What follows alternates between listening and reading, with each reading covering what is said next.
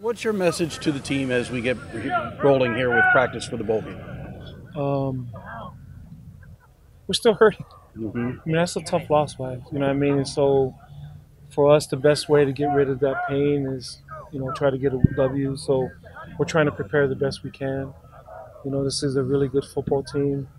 And so, you always want to have fun in a bowl game, but the best way to have fun is to win. Mm-hmm. And it's going to be a tough challenge for us. So we're going to try to be prepared as best we can and get ready for a good football team. But that's our message. We're still licking our wounds from that last one. That's going to take a while to get over, and best way is try to get a W. You know what I mean? So fortunately, we get another opportunity to play at our stadium, and try to finish out in the right way, and try to send our seniors off in the right way. Try to finish with a winning season. Just those things. Just try to dull in the pain. Lessen the pain a little bit. Since the Army Navy game, what have the players been doing? I know the coaches went out on the road recruiting, trying to nail down some things. Did you have the players doing anything? I know they were taking exams, so they were obviously very busy. But did you have them going in for treatments or weightlifting or Well, what? yeah, they had they tried to get two lifts in the last week. Whenever they could get it in, but they got treatment. But this was our first. Today was our first meeting on Virginia, our Mm-hmm. first practice.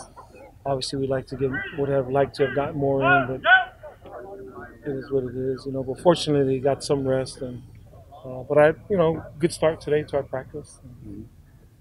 Well, that was the next question I was going to. We talk about this every year, but when you go to a bowl, I believe the NCAA allows you 12 practice sessions. Is that the number? Well, we're only going to get 7, Right. so we never. You're never close to that. So I don't even know the max because You never even get we close don't to even it. get close to it, and we can't.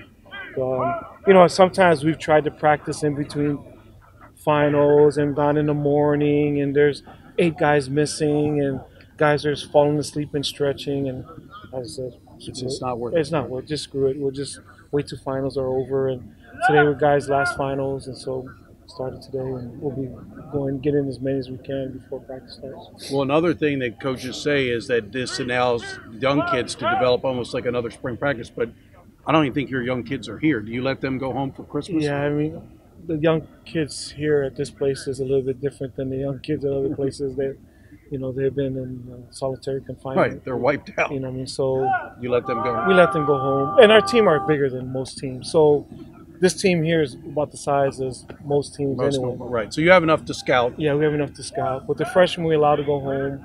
If there's some local kids close by that can come and help, more than welcome to come. When we last talked to you at the after the Army Navy game, you had indicated that your thought was that Malcolm would be the quarterback moving forward. Does that start with this bowl game? Yeah, Malcolm's going to be our quarterback. And kid played pretty good in the snow, man. Rushed for Right. 250 in the snow, and would like to have seen what he could have done. I mean, I look at this weather now. I was like, man, why couldn't it have been like this? But anyways, let me move on. But yeah, I mean, he's our quarterback. Right. And but he is not solely a zone option quarterback too. You feel he can run the full offense? Oh yeah, definitely. I mean, and obviously when those blizzard conditions, we didn't throw the ball as much as we would like to, but we want to run our offense with him, and weather permitting, we'll run our offense. But we are who we are. We're not going to throw it back 30 times. We're still who we are. So obviously, I mean, these will be decisions made during the off season. But have you a thought as to what that will become of Zach, AB, because he's a pretty good football player? Yeah, I mean, we're still thinking through that, but yeah, I mean, Jack's a good football player. We definitely want to use his talents. And so those are discussions that we're still having. See where we go there. Right. With regard to being home for the bowl game, there are a lot of advantages. When you go on the road for a bowl, there's challenges. Well, can you talk from a head coach's standpoint what you think are some of the pluses? Well, having played in this, last time, Mm-hmm. I know that we made a mistake. I think the first time we played in 2008. Yeah, way back, Eagle. Yeah, we practice at different schools. At the high school. Yeah. And we try to set up our video stuff at the hotel. Because we thought we didn't want to make the drive back, but we'll make the 40-minute or 45-minute drive back so we can have our training room, our weight room, our meeting rooms. I just think from a preparation standpoint, I mean, you can't beat this. You got everything. You got our practice facilities. So, even though we only have a week to get ready, we have everything at our disposal like we would any other game. So hopefully that helps us. Right. Well, and that's not all your practices. I mean, you don't even go to DC with the team for till what, the weekend or something? Saturday. Yes. Saturday. So really, you're Well, only we'll talking a few practices. No, but even we'll come back when we're there. Yeah, that's what I know. But like you said, Till Saturday, you can just practice here as normal. yeah, we just keep our normal stuff. So I just think from a familiarity standpoint, our equipment, our training room have access. We're not at the hotel, somebody putting a bag of ice on somebody's leg, and that's your treatment. Right, and the video's up in a hotel room trying to put video. Where we got 4 meeting rooms, that we got all of our meeting rooms. So, and we're gonna need everything to get ready for these guys. Like I said, it's a good football team. Well, just Coach Nua just mentioned that he's going to move forward with Malcolm at quarterback. Now it's your job to really work and hone in on that. Kind of tell us your thoughts. I mean, it is what it is. I mean, we knew all along coming in, that he has some quarterback skills. When he came as a freshman, obviously, we worked him in some last year, and obviously some this year. We feel that he's a kid that gets the best chance of winning the football game. So from here on out, that's the plan. Again, going to this game, full-time quarterback, and start process as quarterback. That's my job to get him ready. Well, obviously, this is a dramatic change from where we stood in August when you all made a decision to play him at slot and Zach was the quarterback. In your mind, how did we get here? 2 games in which he rushed for 600 yards? No, it's just the way the season went. Obviously, we started off great, and then the wheels came off basically. And again, I'm the first to admit that I kind of feel that I didn't do the best job I could have done this year. But at the same time, we had to find a way to. When those wheels did come off, we had to find a way to try to win football games. Things just weren't going right. I wasn't coaching great. We weren't playing great, so we needed a spark and put Malcolm in there. Obviously, in the key game for us that we had to win, he gave us that spark. He played great. So that's where we are. Again, nothing against Zach. Again, it all comes down to looking at what we need to help us win football games, and this kid definitely gives us that.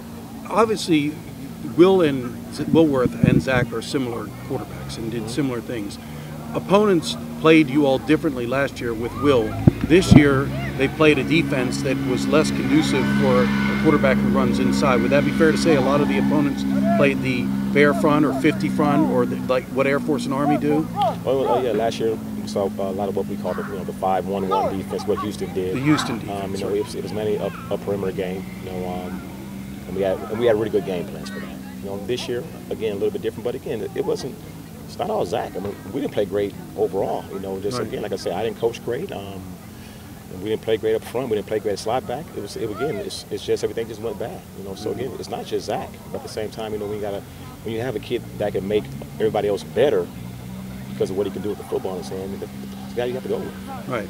Well, and that's why I was driving is to have the full triple option offense available. Is that something that you're really going to work on with Malcolm between now and next season, is being able to execute the full offense? Yeah, exactly. Obviously, we got to pay to Malcolm's strengths. And the biggest thing is, he can do a lot with the ball in his hands. And again, we won't change as much because again, Malcolm's 185. He's probably going to be 190, 190, maybe 195, and that's what Keenan was. And people forget that Keenan, carried the ball 300-something times one year, with his body frame, and was able to play 4 years. He got hurt. From a freak play, getting hit in the knee. Other than that, the kid played the entire season. So we can do that with Malcolm. But again, Malcolm has a tremendous upside. That he can make a lot of plays with his legs. Now we got to get the throwing part, better. At the same time, overall, we'll continue to do what we do on offense. Obviously, put some things in for him specifically to take advantage of what he can do at the same time. Just got to get better. I mean, it's not so much changing the scheme or adding certain things. Just got to get better, man. Right. And we got to finish the season off strong.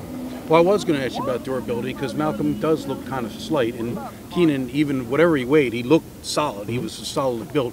Between now and next year, is that one thing that Malcolm needs to work on, getting in the weight room and really strengthening his body? Exactly. I mean, we need to put some weight on it. Again, I would let us see it maybe 195. But a solid 195, no heavier than that. And again, we're going to look at what we're doing on offense this year. And again, when you go back to it, it wasn't bad, just that we just didn't play well. Right. It wasn't a scheme. It wasn't that we just made mistakes. We just made bad decisions, at bad times. Right. And again, and it cost you games. So that's so that we can fix. You know, it's got to pay more discipline, and again, I got to do a better job of game planning, do a better job of calling plays, helping our kids out, as I've always tried to do, except to be successful by the plays I call, and we go from there. Well, Coach had indicated, I mean, what we saw out of him with that zone option, read option, it gives you another now opponents, you could just as quickly go from under center to the gun, and it gives opponents something that without changing personnel they have to consider. Exactly. I mean, he's, again, him at quarterback definitely, makes people have to say, wait a minute, I mean, this kid is pretty good under center and in the gun. So hopefully that'll help us as we move forward. But again, for me, in my thought process, we just have to play better. Because again, it doesn't matter whether we're under center or in the gun. If we make mistakes and get ourselves behind and down in distance, we're not going to win many football games. And turning the football over is not going to help us. So, and commit offsides penalties. Offsides penalties, at big time. So again, going to the offseason, it's all about discipline. That's our focus. I mean, the schemes will come, the game plans will come, but now it's got to get back to discipline and playing Navy football. Well, I'm doing a story about the coaching connections between the Virginia staff and the Navy staff, and you're right in the middle of that. Yep. Tell me, when you first got to BYU, was Bronco on the staff? Oh, yeah. What was his role? He wasn't the head coach. He was the. You're talking about me as a GA, as a player. Well, he was my head coach. He was my D coordinator first, and then he was my head coach. Right. So during your time there, he became the head coach. Yeah. Okay. And then when I went back as a graduate assistant, then he was the head coach. He actually was the one that opened up the doors for me into this profession. So he's a mentor of mine, a friend, and I know him pretty well. Well, what do you think of him? I mean, tell us about Bronco and the type of person he is. Competitive, very, very organized person, and he's a good leader. He's done a great job. If you look at his track record at BYU, his second year at Virginia, he's doing a great job of building a program. But I know he wants this win really bad, but so do we. So, but he's a good person. He's a good leader for that program, and he's a good football coach. So, were you surprised when he left BYU to go to Virginia? Not really. He was there for, 11 years. Plus prior to that as a D? Yeah, he made the bowl game every year. I think he was ready to take the next step forward, and he did his job at BYU, and Virginia came calling him. So I wasn't surprised. He's been there for a long time. Right. And we talked about this before when I did the story on you, but you briefly accepted the job at Virginia as defensive line coach, and then I know there was time when Coach Nua was in limbo, but when he decided he was staying in Navy, you decided to stay with him. That situation, was that a difficult thing? It was very, very tough because I was so blessed and lucky to have really good mentors in Coach Nua and Coach Mendenhall. So it was a win-win situation for me, but it wasn't for Coach Mendenhall. So there was a little upset there, rightfully so, but I had to do what was right for me and my profession and my family, and I couldn't go wrong. They're both great men, and decided to come back here. And there's a lot of undone business here that I wanted to do, so that's what made the final decision. Now, but obviously a lot of the guys who followed him to Virginia are guys you know well. Yep. Robert and I probably. Yep. Earlier today I talked to the running backs coach, Mark, and I don't know if I can pronounce his name, but Mark Atuaya, right, and Soto, he said there's going to be 6 Samoans coaching in this game. This is the Poly Bowl. This is the all Poly Bowl, and it's such a great honor for me. My competitive juices come in. I don't want them to beat me, and I'm very, very excited, and at the same time honored to face my mentor over there and be with Kenny here, and then all my friends like Kelly Papina, Nick Howell, Big Soto, and then off. And I was a coach at Nice GA for 1 year, so it's going to be fun. I'm looking forward to it. Beyond Bronco, did those other men, especially being Samoan, did they mentor you as a young coach? Oh, no doubt. Robert and I, they all taught me a lot of great stuff, not just football, but life and the profession itself, how you go about it. Same things, work hard and be smart, and that's the reason why I'm here. Those guys opened the door for me, and now I'm under Kenny, and I can't ask for a start of a good career.